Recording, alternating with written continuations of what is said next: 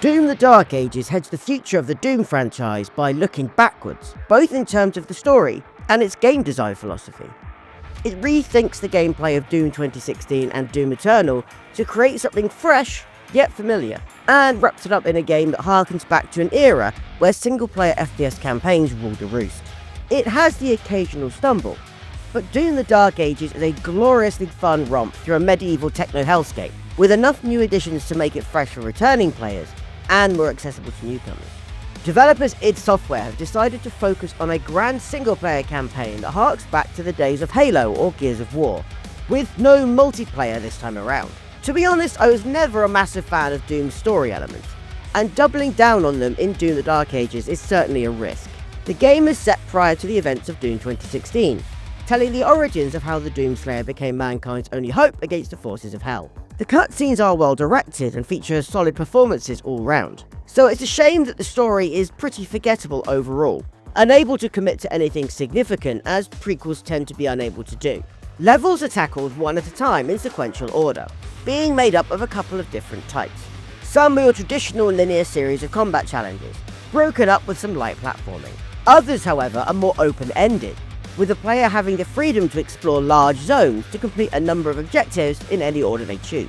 You're also encouraged to explore off the beaten path as much as possible, as there are plenty of secrets and rare and valuable resources to discover, from currencies for upgrades, to codex pages to supplement the game's lore, and skins for your weapons. Oh, and those adorable little toys? Yeah, they're here too. Gone is the verticality and platforming of Doom Eternal, and in its place is a much less mobile Doomslayer, who chooses to stand and fight as the game's tagline describes. You stomp around the battlefield like an elephant carrying a ton of bricks, facing enemies head-on with a gun and shield, rather than using movement and precision aiming to take down hordes of demons. I definitely wouldn't call it slow by any means, but it's definitely far more grounded and ground-based compared to its predecessors. The inclusion of a shield may imply a passivity that feels antithetical to Doom's aggressive gameplay, but it actually works really well. That shield is not only used to block incoming attacks, but also to parry projectiles back at enemies for major damage. It also acts as a throwable buzzsaw to stun larger foes, leaving them exposed. Melee attacks are also vital, giving opportunity to destroy even the largest enemies in a 1-2-3 combo, using one of 3 different weapon types. Strange as it is to say, but sometimes your guns are actually the least effective means of dealing with a situation. In this, a Doom game. Though don't worry, id Software still know how to make great shooters, and the guns do still kick ass. Combat requires you to switch up weapon types depending on what you're up against, and yes, the super shotgun is here, and it's just as great as always. But in a game series as intense and full throttle as Doom, it's important to break up this unrelenting demon slaying with some breathers and slower moments that give you time to catch your breath. I think it was Debussy who once said that music is the space between the notes, and that very much applies to games like Doom as well, for want of a less pretentious reference. In both Doom 2016 and Eternal, platforming challenges tended to make up the majority of your time outside of gun battles. But Doom: The Dark Ages takes a different approach, and it really is something of a throwback. Various levels see you get involved in piloting a giant mech, operating turrets, or flying around on this pretty sick dragon creature. However, whilst these might be visually spectacular, they're also not that much fun to play. The mech battles are sluggish and mostly boil down to parrying and punching enemies, walking through some debris, rinsing and repeating. The turret sections just stand and shoot at whatever's walking towards you, and the dragon battles don't fare much better either, with the controls for it feeling janky and dated, and the combat boiling down to little more than dodging and shooting at static targets. I applaud the developers for thinking of new ways to enhance Doom's excellent gameplay and mix up the formula, but I just don't think this is the answer. There are, however, developments from the previous titles that are definite improvements. Difficulty sliders have become much more prominent in games in recent years, something I absolutely applaud.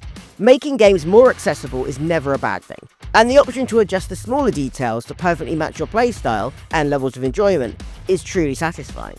And in Doom: The Dark Ages, you can adjust a lot of things, from enemy damage and health to item drop rates, and even the speed of the game itself. If you're wondering why some of this footage seems a bit sped up, yeah, I played it on the fastest setting. Partly because that's how I enjoy playing it, partly to get through as much of the game as possible with the little time I had. I'm also a fan of the more streamlined upgrade systems. In Doom Eternal, the various different currencies and upgrade paths for weapons, health and armor could get overwhelming at times. Here in Doom the Dark Ages, that's been stripped back somewhat. Now, upgrades for health, ammo and armor are gained automatically on killing mini-bosses or elite enemies, and weapons are upgraded via the Sentinel Shrines, using either gold or valuable gemstones found by exploring the world and solving puzzles. This is a nice balance, and is especially rewarding for those who comb over every detail of the map, as this currency can be hard to come by if you don't. It really feels like Doom the Dark Ages is making a concerted effort to be more accessible to newcomers and those unfamiliar with FPS games, compared to something like Doom Eternal, which felt incredibly challenging by comparison. It's like that game was asking you to meet it on its terms, whereas here, the game is offering up ways to engage you on your level. We haven't spoken about arguably Doom's most important thing yet, the music. Mick Gordon may no longer be involved, which you can learn about on another video on our channel, hint hint. But don't worry, because the guys who've come in to replace him have done an excellent job. So much so, I don't think many people would even notice a difference if they had no idea of the backstory. Crunching guitar riffs, heavy bass drops, and a pounding rhythm section, accompanied by a dazzling array of interesting synths and sounds, make it another must-listen OST for fans of the heavier side of video game music, and pairs perfectly with the gameplay. Doom the Dark Ages also looks stunning, with the titanic battles happening across the landscape a particular highlight. Watching two giant foes face off against a sea of flying spaceships, whilst you gun down hordes of enemies in a sea of blood and viscera, all at a rock-solid 60 FPS in 4K on consoles, truly is a sight to behold, and testament to the staying power of the id Tech engine. If you're coming to Doom the Dark Ages hoping for more of the same shooter excellence you know from the franchise, you won't be disappointed. Even though the game feels markedly different from its predecessors, the DNA of Doom is still very much here. However, some of the additions they've made might not please everyone, especially when the game takes you away from that tried and tested formula. With its heavier focus on narrative, gameplay broken up with turret sections and level-based mission design, it's a throwback title that will make some players reminisce about an era of gaming that feels distant to today's standards.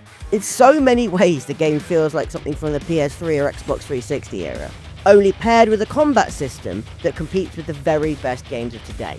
That is more than enough for me to give it a hearty recommendation, and it's still just as fun as ever to rip and tear until it is done. Just be prepared to relearn those finely honed skills, take the occasional detour, and learn more about the origins of the Doomslayer than you ever thought you would.